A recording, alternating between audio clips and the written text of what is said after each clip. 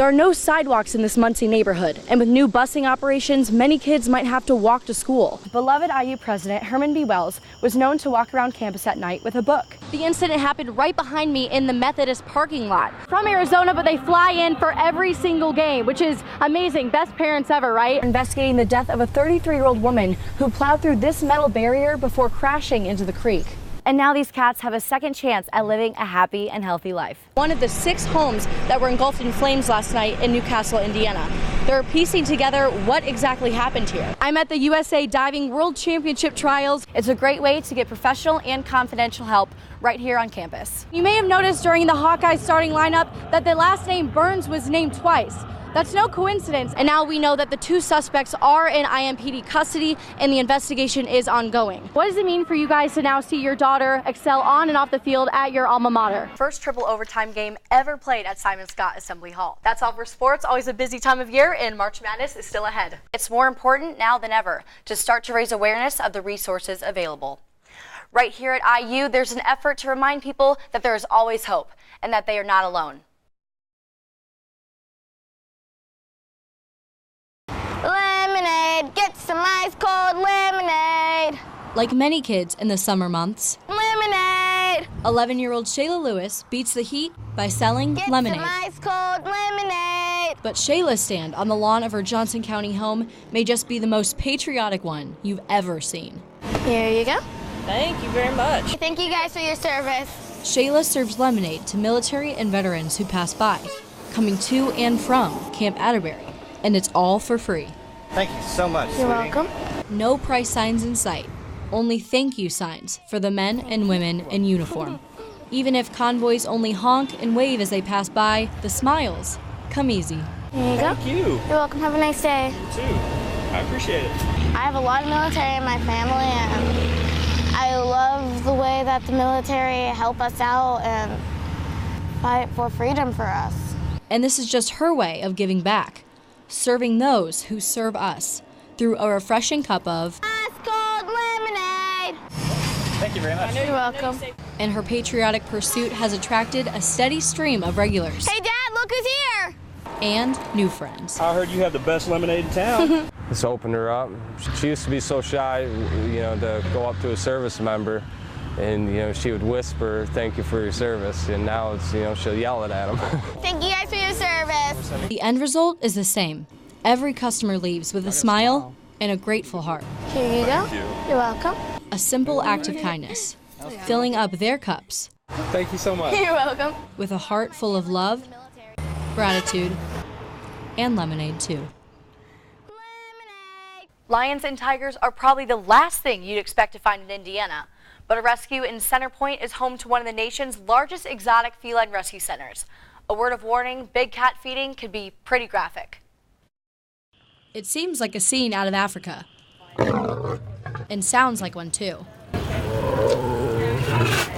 They probably want to eat you. But it's just another day at the Exotic Feline Rescue Center, an oasis for abused and neglected big cats. Founder Joe Taft has always loved big cats. For 19 years, he shared his home with a pet leopard, who earned a very special place in his heart. I loved her. She was magic, and she brought magic into my life. After she died, Joe took in 2 badly abused baby tigers and decided to fully devote his life to rescuing exotic cats. Fast forward 25 years, now Joe runs one of the largest big cat rescues in the nation. The Exotic Feline Rescue Center in Center Point, Indiana, has already rescued over 200 big cats from all over the nation and world. And now these cats have a second chance at living a happy and healthy life. A team of 15 employees and volunteers cares for the cats on a daily basis year-round. But it's not a glamorous job. We're cleaning up their poop and we're making sure they're happy and healthy. Full-time keeper Rebecca Rizzo says she wouldn't change it for the world. If you just walk around at the end of every day and you see all the cats just relaxed and as happy as can be, you've taken in these animals from really bad situations and given them this great life. They're crazy. Despite their cuddly looks and some domestic house cat mannerisms, these cats are still wild animals. She would still eat you in a heartbeat if she had the opportunity. Rebecca says she is content in her relationship with the cats through the fence. I don't have any desire to want to be in there with them. something happens to one of us, their life is at risk as well as the life of every cat here. You know, if we close our doors, we're one of the largest rescues out there. What happens to these animals? The Exotic Feline Rescue Center is open for public tours Tuesday through Sunday from 10 a.m. to 5 p.m.